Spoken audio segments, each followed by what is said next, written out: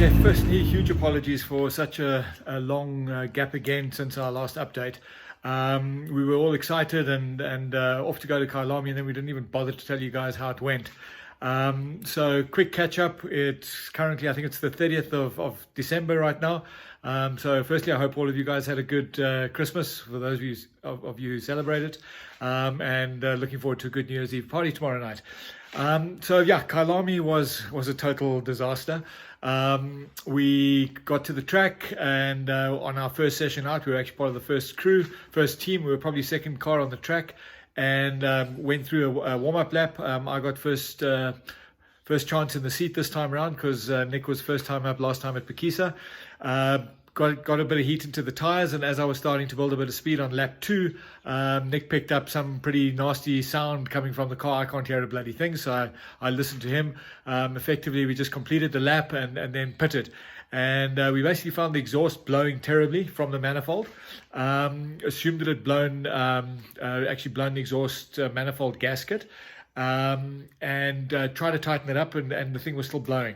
And basically from that ensued an afternoon or a day of me running around the countryside. Of course, it's a Sunday. I must have driven about 150 Ks, managed to find a place where I could buy a complete engine gasket set, and got back to the track to try and put it back together again and try and salvage at least one run out of the 5. But even with new gaskets in place, the thing was still blowing. And it was only when we got it back that night that I realized that it was not only the exhaust gaskets that had blown, but on the top of the E36 M3 manifold port, or the flanges, sorry, there are basically a hole at the top of each one with a stud in it. And goodness knows what those studs are for, but in any event, 2 of those had actually come out. And we were obviously just too scared to drive the thing under those conditions with the risk of burning valves and so on. So Kyalami was a disaster. And so what we did is a couple of weeks later managed to get out to one of the SWAT Corps open days on the Wednesday, just to basically confirm that the car does go around in circles. And as you were aware, we were quite happy with the setup that we'd managed to get, with the exception of the rear end, where we couldn't get any camber at all. We couldn't even get stock camber, having lowered the car, and we were just scared about exactly how lively the back end would be. Very happy to report the car performed fantastically. So we had 4 or 5 sessions, and the car was extremely predictable. We would have liked to have gone a bit quicker. It's probably driver skill more than anything else. But all in all, we're very happy with the car and very happy from the base from which we're going to work. So right now it's getting things prepared, ready for 1st of February, which is the Passion for Speed event at SWAT Corps, and the first race event of 2019, so of 2020. So unfortunately, we have not managed to get in a time trial event. So our first experience of driving the car in anger is going to be under race conditions. But heck, what the heck, that's what it's all about. So with that said, now Nick has gone off to Canada and left me to do all the work. And what we've decided is, obviously we need to sort out a couple of things. So I just want to take you through a few of those things that we're busy with right now. So first off, as I mentioned, we obviously had a problem with the rear end. We couldn't get any camber, so we've got ourselves a set of camber arms, fully adjustable. So these things are really cool. Banged them in. I haven't had the alignment done yet. I will first align it myself, just with the digital spirit level, but then we'll get it off to a proper alignment rig and just confirm how well that's done. So pretty happy now that we can get some rear camber on the back. Incidentally, what we did find at the track was that we got significantly more grip when we reduced the down settings on the damping settings on the rear shocks. So we took them down a couple of notches. Remember, these are the BC Racing 30-way adjustable. So we took them down, I think, about 3 notches, and that seemed to improve things quite significantly.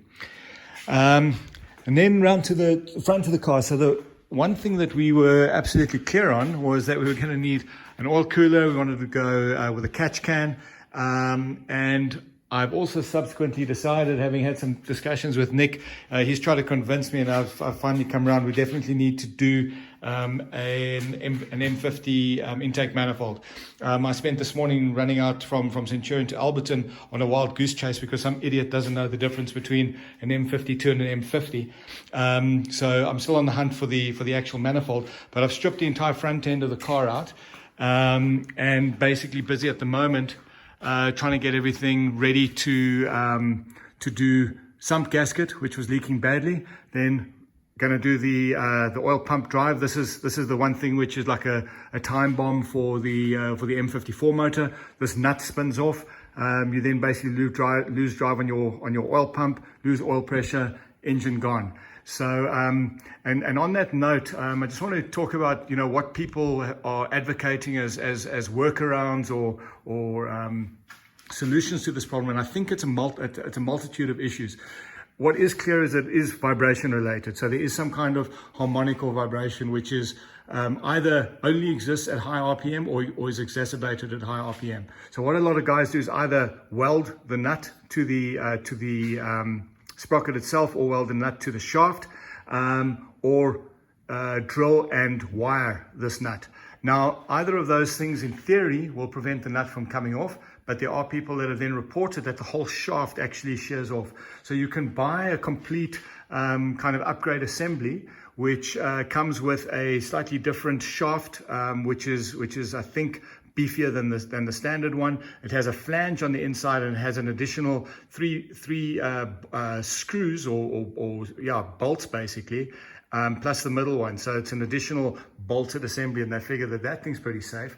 But if we're talking vibration related, somebody, I'd come across a post on one of the forums where somebody had said that they believe that the vibration damper, the harmonic balancer, could be something that aggravates the matter. And I could actually buy that because, this thing is here for a reason. There are harmonics in this engine as there are in any engine. And if you neglect this vibration damper, then you're only going to exacerbate things. So as you'll recall, at our last update, we confirmed that we have replaced this vibration damper. We did find that the old one actually looked fine. So once we got it out and were able to inspect it closely, it looked fine.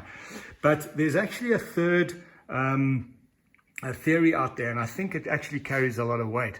This M54 motor on the oil pump drive does not have a chain tensioner. So you'll see there's a huge amount of chain slack on this drive, and you can just imagine how much this drive and this chain is able to whip around at high RPM. And I think it's the guys on seemslegit.com or seemslegitgarage.com who have actually developed a tensioner mod. And I'm actually going to try and attempt something like that myself as well, because I really do believe that this cannot be good for dynamic loading on this oil pump sprocket and the nut assembly. So we'll deal with that. I mean, I do this with caution because I'm one of those who believes the moment you touch something, you actually add more risk than if you just left the damn thing alone. But these things are known to fail. We're going to be spanking the hell out of this car. So it's just silly to neglect it and to not do anything. So we're going to do all of those things. I'm not going to weld. I don't want to put heat onto this, but I'm going to drill and wire. I'm going to look at the tensioner mod. And we've already got the harmonic balancer, so I'm going to be quite happy with that. And then obviously with the new sump gasket in there, hopefully we'll get rid of this nasty oil leak. But I guess after 330,000, it's not surprising. Just another observation: the amount of varnish on this engine is unbelievable. So yeah, I think despite the fact that Nick has maintained this thing very, very well for probably the last 80,000 Ks, whoever had it before that probably didn't. Maybe it's just testament to the quality of oils that were available when the car came out, but geez, there's a lot of varnish on this thing. So yeah, I'm going to get this bottom end done, and then once I've done that, incidentally, actually quite convenient time, I managed to get some rear control arm poly bushes, so they'll go in when this all goes back in together. You'll see that I've got the bumper off. The reason for that is we're going to need to mount the new oil cooler. So in order to mount the oil cooler, we need a different oil filter housing. So that's the E36 M3 oil filter housing. I've also changed or replaced the hydraulic belt tensioner.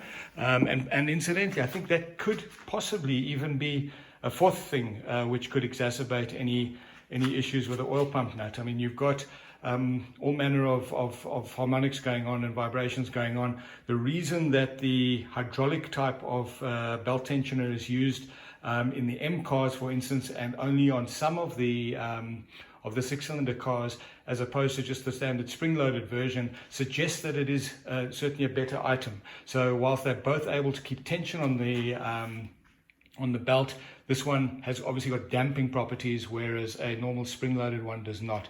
So the M3 oil filter housing has already been modified. The one mod that we needed to do was where one of the senders was, I'm not sure if it's a temperature or a pressure sender, was in here with an I think it was an M10 thread. This had to be tapped out now to M12 by 1.5 to accommodate the E46 Vanos pipe. So that'll go on there. That does mean that we're now down to only one sender pocket, and we've bought ourselves an oil pressure gauge, sorry, an oil temperature gauge. So we need at least 3 different senders as opposed to the one now. So I have bought an adapter which will allow us to build basically a tree of different senders on there, see exactly what's going on. Around the back, bolt up pattern and everything is absolutely identical. The one difference is obviously here is where the thermostatic oil way is basically controlled. So it's kind of a thermostatic control that allows your oil to heat up before then allowing it to come out of one of these passages and return through the other. So yeah, that's where we're going to bolt on our oil cooler. So yeah, the oil cooler has arrived. This is the balance of my gnarly gasket set, which I'm going to put to good use.